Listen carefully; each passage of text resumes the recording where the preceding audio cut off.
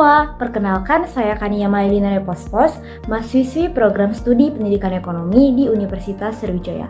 Pada video kali ini, saya akan memberikan tutorial yang sangat bermanfaat, yaitu mengenai pembuatan dan pengelolaan tabel serta grafik dalam Microsoft Word.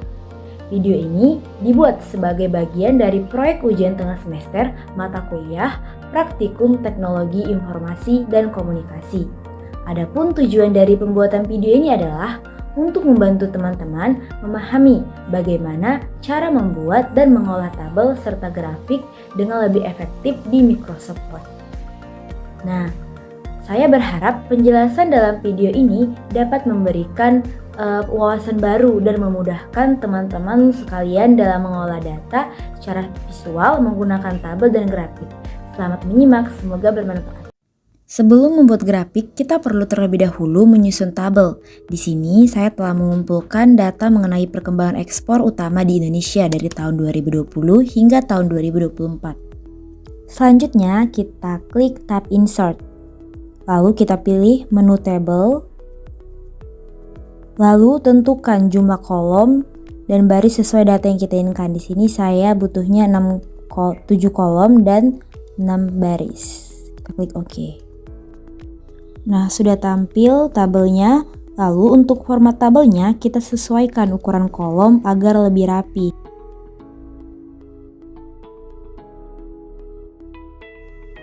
Lalu untuk format tulisan judulnya kita tengahkan dan kita beri bold pada header tabel atau judul kolomnya. Nah, kita rapikan tabelnya sesuai dengan isi data kita nantinya.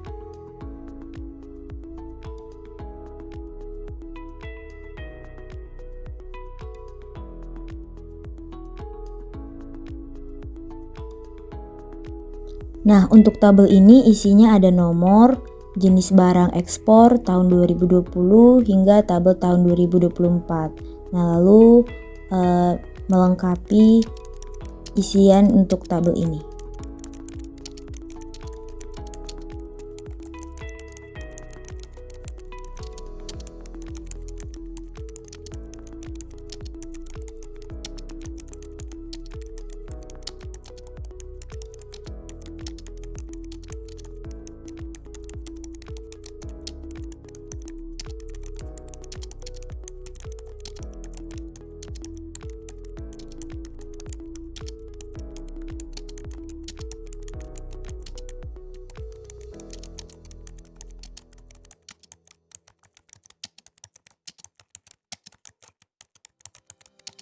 Selanjutnya, pastikan ya kursor mouse-nya berada di bawah tabel, jangan berada di dalam tabel. Pastikan di bawah tabel seperti ini.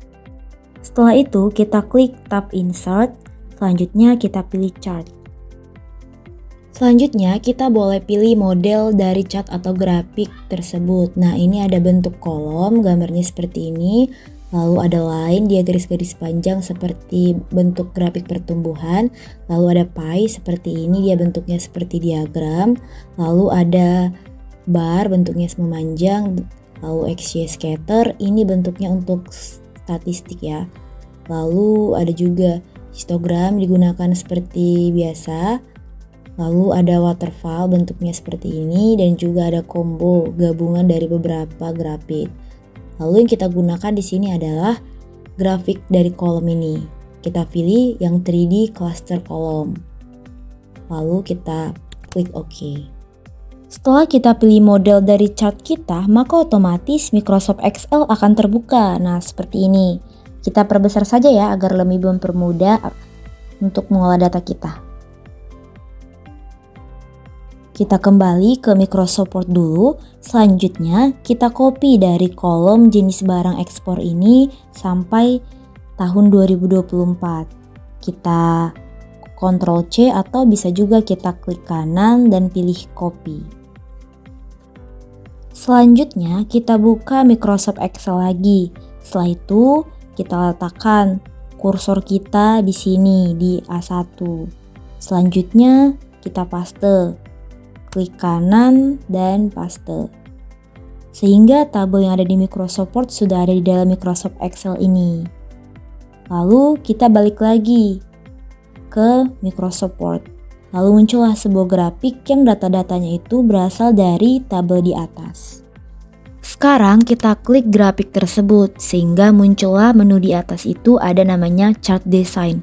Kita klik, lalu ini adalah bentuk-bentuk atau cara mengubah tampilan atau data dari grafik yang ingin kita buat. Di sini ada menu quick layout, kita klik. Ini adalah model dari tampilan grafik tersebut secara keseluruhannya. Yang pertama ini bentuknya seperti ini. Lalu untuk yang kedua bentuknya seperti ini. Nah, untuk yang ketiga tampilannya itu ada legendnya di bawah. Nah, legend itu adalah tahun. Seperti ini dari tahun 2020 hingga tahun 2024. Atau kita pilih yang legendnya itu berada di sebelah kanan. Nah, tampilannya seperti ini. Kita pilih ini saja ya. Setelah itu, yang di tengah-tengah yang banyak ini adalah untuk merubah style atau tampilannya saja. Kalau quick layout tadi kan model secara keseluruhan, ini tampilannya saja. Misalnya kita pilih yang ini. Nah, grafiknya buram atau kita pilih yang nomor 1. Tampilannya akan seperti ini. Atau juga kita pilih yang lain. Tampilannya ada bayangan di bawah. Nah, kita pilih yang ini saja sesuai dengan kebutuhan. Untuk menu switch round atau column ini berguna untuk mengubah keterangannya. Misalnya keterangannya dari yang di atas bisa jadi ke bawah. Legendnya bisa berubah ataupun dari keterangannya. Untuk tanda plus ini berguna untuk mengurangi atau menambah chart dari elemennya. Contohnya seperti ini, kita bisa menambah data tabelnya untuk melengkapi atau biar makin lengkap data-datanya. Setelah itu, kita ubah chart title-nya, judul dari grafiknya ini, kita klik terlebih dahulu, kita salin dari judul tabelnya, karena sama saja kan. Kita salin, kita klik kanan, lalu copy, kita salinkan ke chart title-nya, kita hapus terlebih dahulu. Klik kanan, lalu paste. Nah, kita kecilkan dulu hurufnya, ukuran fontnya, biar lebih baik dan bagus. Tampilannya akan seperti ini, bisa juga kita perbesar agar grafik batangnya 3D-nya terlihat lebih jelas. Ada sumbu X, ada juga sumbu Y. Lalu kita ubah dulu ya. Vertical axis-nya diganti menjadi jumlah. Selanjutnya di bagian horizontal axis kita klik, kita ganti dengan kalimat tahun.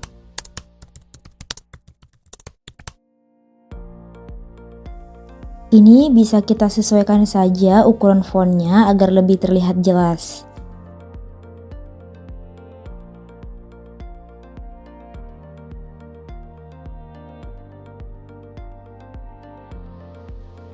Coba ya kita klik chart design ini lagi, kita perhatikan lagi jika legendnya itu di bawah mempengaruhi tinggi dari chartnya atau grafiknya. Jadi kita ganti saja dengan model lain, kita klik quick layout, lalu kita pilih yang nomor 9 ini, kita klik, nah inilah tampilannya, sehingga tampilannya lebih bagus dan lebih proporsional daripada yang sebelumnya.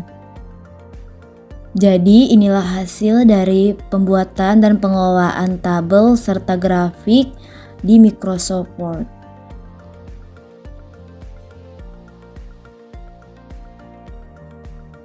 Demikianlah tutorial mengenai pembuatan dan pengelolaan tabel serta grafik dalam Microsoft Word. Dalam video ini kita telah mempelajari langkah-langkah membuat tabel, mengatur formatnya, serta mengubahnya menjadi grafik yang lebih informatif. Selain itu, kita juga telah memahami cara menyesuaikan tampilan grafik agar lebih menarik dan sesuai dengan kebutuhan. Semoga penjelasan dalam video ini bermanfaat dan membantu teman-teman dalam mengolah data secara visual di Microsoft Word. Terima kasih sudah menyimak, sampai jumpa di tutorial berikutnya.